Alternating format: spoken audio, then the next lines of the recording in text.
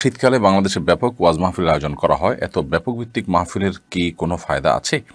এসব প্রথাগত মাহফিল সম্পর্কে আপনার মন্তব্য কাম্য। মাহফিলগুলোর উপকারী দিক অনেক।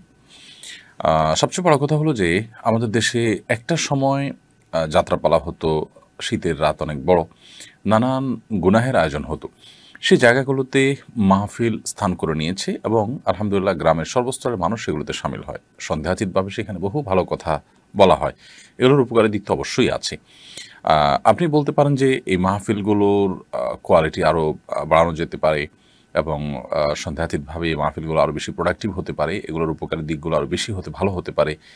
আলোচক নির্বাচনের ক্ষেত্রে দায়িত্বশীলতার পরিচয় দেওয়া যেতে পারে এবং আ জ্ঞানভিত্তিক কথা, মানুষের জীবন সংশোধনমূলক কথাবার্তা মাহফিলে আসা দরকার এবং ভেরিয়েশন আনা দরকার, যাতে করে মাহফিল থেকে মানুষ উপকারিতা বেশি লাভ করতে পারে। কিন্তু মাহফিল অবশ্যই আমাদের জন্য ব্যাপকভাবে উপকার বয়ে আনে। আপনি প্রতিটা মাহফিলেই দেখবেন যে কিছু না কিছু কোরআন এবং হাদিসের কথা, দিনের পথে মানুষকে আসার আহ্বান, সৎ পথে চলার আহ্বান করা হয়ে থাকে।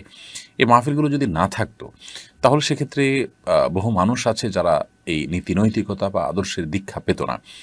আ আমি আবারও বলছি, সন্দেহাতীতভাবে এগুলো আরও প্রোডাক্টিভ হতে পারে, আরও কার্যকর হতে পারে, আরও সুন্দরভাবে উপস্থাপিত হতে পারে। সে বিষয়ে দ্বিমত করবার কোনো সুযোগ নেই।